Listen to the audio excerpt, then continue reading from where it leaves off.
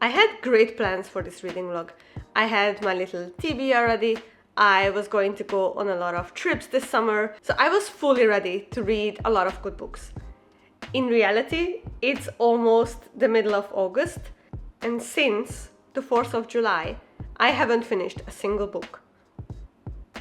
Safe to say, I'm in a reading slump this summer. I think a lot of different factors played into it.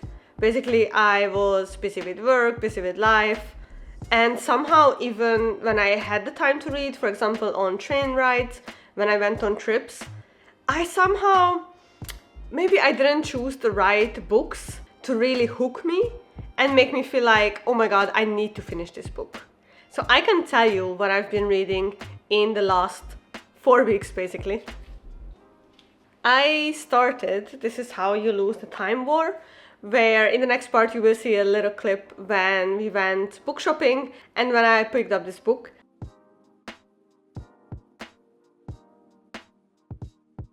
And to be honest, this is not a beach read kind of book, so maybe that was my mistake, thinking that this is going to be a nice, easy, casual read. But to be honest, like, the word building is so beautiful and intricate that it's not something that you can just binge read in one sitting, or at least not something that I can binge read in one sitting. So even though I really like the book and I'm going to finish it, and hopefully in this vlog you can also hear my full review, so far I've only got to like page 128, and I can tell that even though I've read it like halfway already, a lot of my attention wasn't really focused on it when I was reading. So I'm not sure if I actually need to give it a reread in the future, because I feel like there must have been some details that I simply haven't caught this time.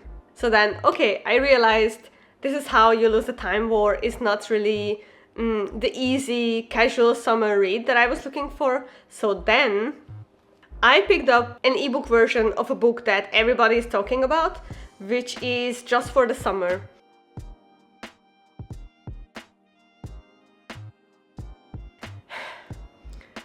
I feel like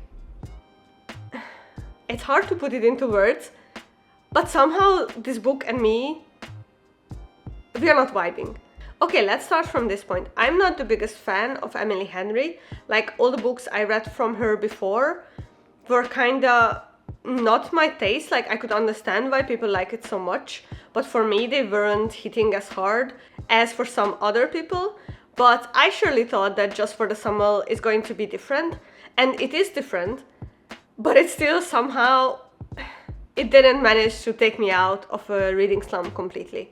Granted, you can read this really fast, so I'm on page 258, and which is roughly around 63% through, and I think I can finish it fairly quickly, but I still don't know what to think about it, because the romance is kind of not giving the sparks that I usually need in my romance books to like. For example, my all-time favorite contemporary romance writer is Talia Hibbert, and it's not on her level, but still, objectively, I have a very hard time articulating what I don't like this book. All I know is that the characters are interesting, the romance dynamic is unique, but somehow it's not drawing me in. Maybe when I finish it, I can have my full conclusions. So let's see, maybe my opinion changes in the last 40% or so. So this is the plan for the next week or so, trying to finish these 2 books and wrap up the reading vlog, because it's been a long time and I need to get out of this reading slump. Let's go!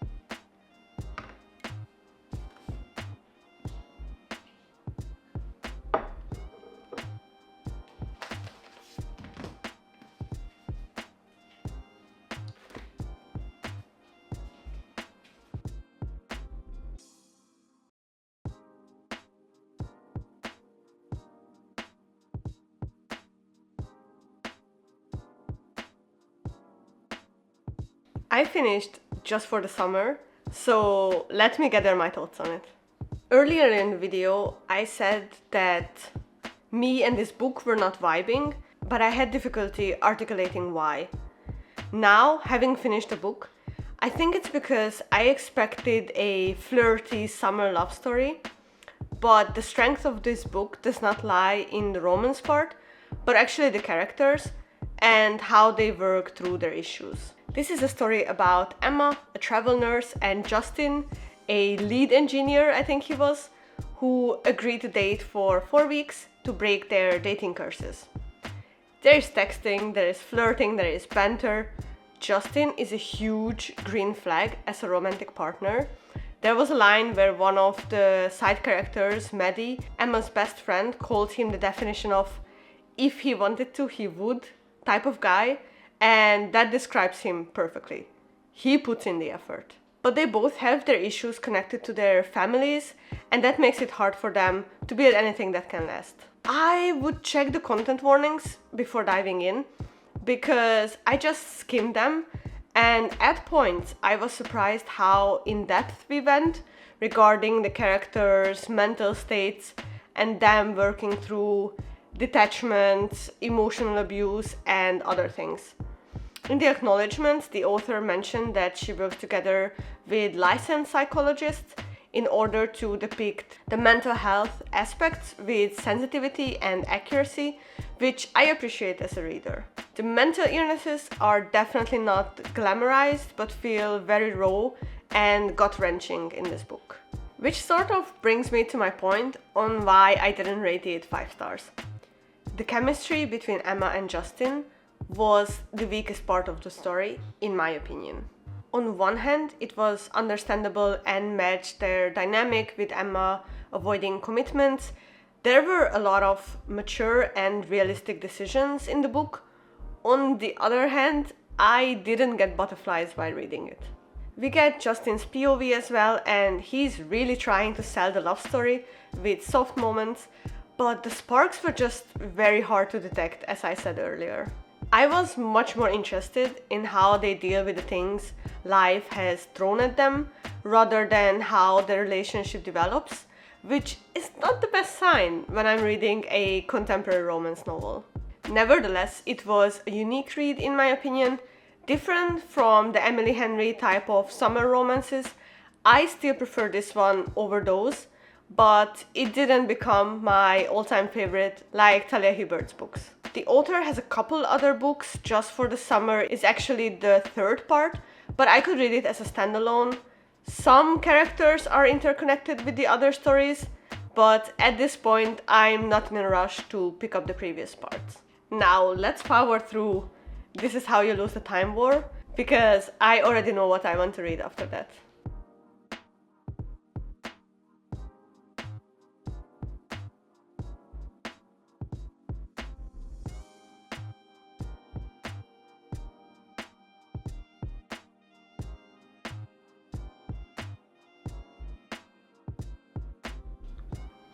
What did I just read? I feel like the ending was on such a large scale that it broke my brain. Again, at the beginning of the video, I made the comment that the world building is very intricate, and I might have been reading it a bit too superficially for it to really land, and I still think that way, especially in the last 20% or so. I had a lot of question marks. The writing very much reminds me of Roshani Chokshi in The Last Tale of the Flower Bride.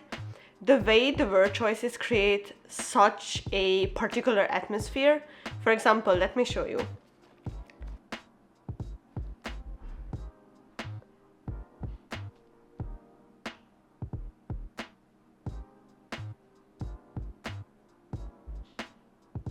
The rhythm of the story was a bit hard to get into at first.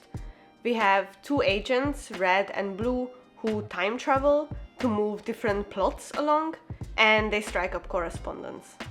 It gradually moves from learning about each other's way of life or way of operating to deep-seated attraction, even though they don't really meet. I use a lot of hand gestures because it's hard to describe the happenings themselves, because the main focus is on the vibes and the feelings exchanged through the letters. In that sense, if you enjoy Divine Rivals with the letters between Iris and Roman, I can imagine that you will find this aspect here even more enjoyable. For the ending, I felt like I needed a lot of brain power. There is time and space travel in this book, clever elements that tie into each other, and the last part was a lot more action-oriented than the first part, which was more focused on establishing their dynamic and world building.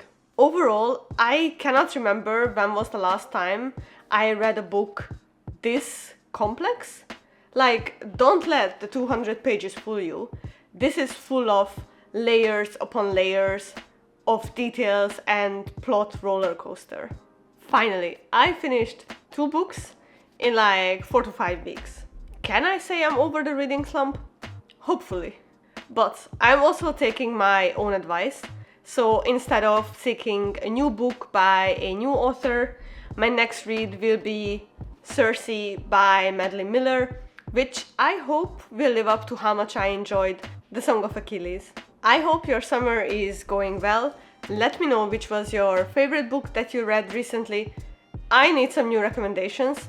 Hopefully that will keep a reading slump far away. Anyway, see you in my next video. Until then, take care. Bye!